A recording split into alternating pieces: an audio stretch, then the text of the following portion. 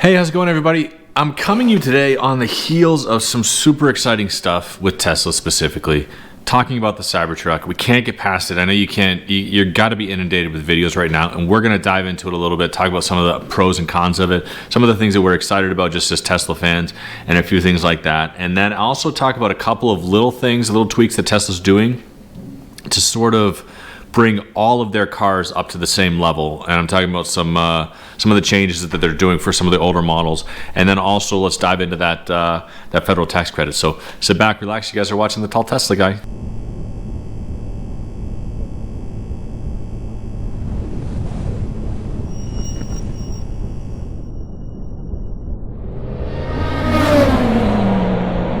So I am going to start right out 100% with the Cybertruck, right? You can't get past the Cybertruck, and honestly, it is something that is, breaking the internet on people just sort of talking about it. They had the launch event last week, and I'd say thousands, but it's hard to tell from the audience. People went to Giga Austin. They did, sort of demos of the plant. They showed people kind of a mock-up of what it looks like when they're making it.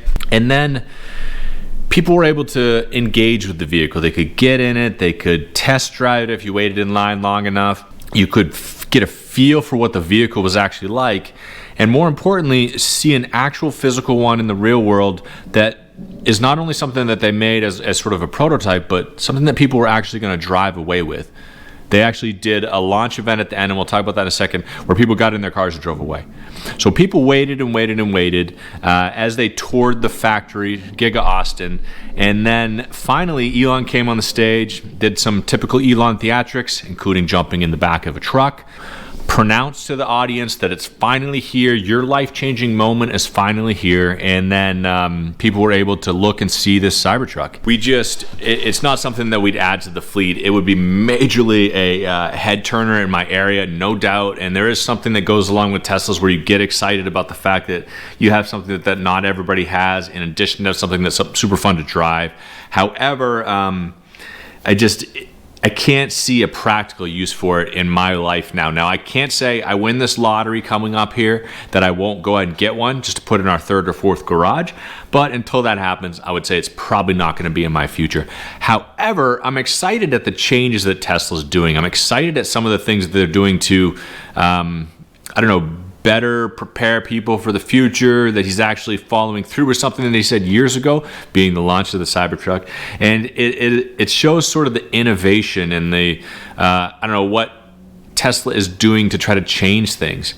And then maybe, just maybe, a little bit of that will flow through to the Model 2, or whatever they call it, the $25,000 Tesla, this other secret Tesla that they're talking about, whether it's a Roadster or anything else, Tesla van, Tesla semi-production, whatever it is. I think that by standing behind some of this, it's going to create the confidence that people need to be able to follow through with it, and then certainly Elon. So I wanted to show you guys, I noticed it's certainly on the website, it's on Tesla.com, and I wanted to kind of walk you through some of the stuff. Honestly, it's right at Tesla.com, and what you're getting is, it defaults to the Model Y, which is their number one selling car. That's not a surprise. It's the number one selling car globally. In fact, it's the number one selling EV globally, and it even outpaces some of the other larger vehicle production lines, some of the Toyota, certainly Ford, Chevy, things like that. So definitely the Model Y. And they designed their website to be able to give people kind of a walk through the car. And excitingly, as you scroll down, you notice that in addition to this tax credit that unfortunately is going to be going away, or at least going to be halved with the Model 3 starting in 2024. But until that happens, you've got the tax credit on there, which Tesla loves to show you how much you're going to save by getting their car, being that, the gas price saving, stuff like that. And you're getting this right here, the Cybertruck. The Cybertruck is something that's exciting, and certainly Elon is not sugarcoating this, that this is going to be the game changer for him. In fact, he called it the game changer. He called it a deviation from the normal. He called it, the future being finally here. And what you see here is basically what they're doing. I mean, they have a slew of videos out there talking specifically about the amazing things that this car can do, that this truck can do. One being compete with a Porsche 911 in a drag race. Now, this is the beast mode version of it, I'm sure, but they added a little thing at the end that you kind of see here is it beats the car, which I'm sure they wouldn't put a video out if it didn't. But on top of that, it is also pulling a Porsche 911. Now, they did something like this before with the Ford F-150 in the very beginning with the Cybertruck, and the specs on the scenario, whatever, the trial were a little bit jaded or a little bit foggy. But I have no doubt that it can pull it. I have no doubt that it can pull it fast. And it shows here that, who knows, maybe it'll actually be able to beat it while pulling it, essentially. And then on the other side of it, they did a tractor pull. They did a tractor pull with the car, and they noted that the Cybertruck was a lighter of the vehicles that they measured, and they went against the Ford F-150 Lightning, they went against a Rivian R1T, and they also did a Ford F-350 Super Duty, and that's a diesel. And they pulled this tractor sled, and the design behind this sled is that it's going to win no matter what, so it's going to stop the vehicle, but you can kind of pull it as far as you can, and then it sort of stops. And you can see all the cars sort of stopping except for the Cybertruck. In fact, the Cybertruck had to stop itself before it ran into the wall, or they stopped it or whatever. But the pulling capacity is definitely impressive, and they're putting a lot behind sort of the internal secret promo marketing of the car, which makes it even more exciting at that. And you can also see here too, it's got a 11,000 pound towing capacity. It goes 300 miles of range, 340 miles of range. Now, this isn't the beast mode. The beast mode gets like 320, and a 2.6 second 0 to 60, which is huge for a truck. In fact, it's huge for most cars. You're not going to find that on most cars that you have that sort of speed. And they did everything they could to make it exciting. They did everything they could to add to it. And in fact, little things they called about that there's no chips in the paint, no paint defects, because there's no paint on it anyway. It's a rolled steel, stainless steel, which is what Elon wanted to go with. It's got four-wheel steering. It's got all that stuff that people actually thought that he might not actually do, but he actually did. He did in the end. And honestly, who knows how it's going to be.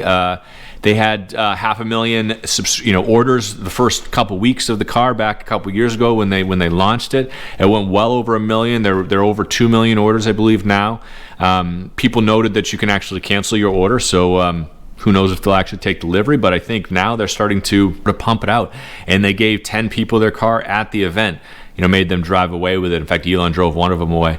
It sort of makes it exciting. It makes it exciting that they're actually doing stuff like that. And it looks pretty slick. It looks pretty slick in some of these real-world tests that they're doing with it. And it just looks like, something that's kind of neat, especially if you're in the mode for a truck and you're looking to do something like this, that you love the EV space. I love the EV space too. If I was on the fence for a truck, like I said in the beginning, I think I would go with it. I think I would dive into it. I would take the plunge.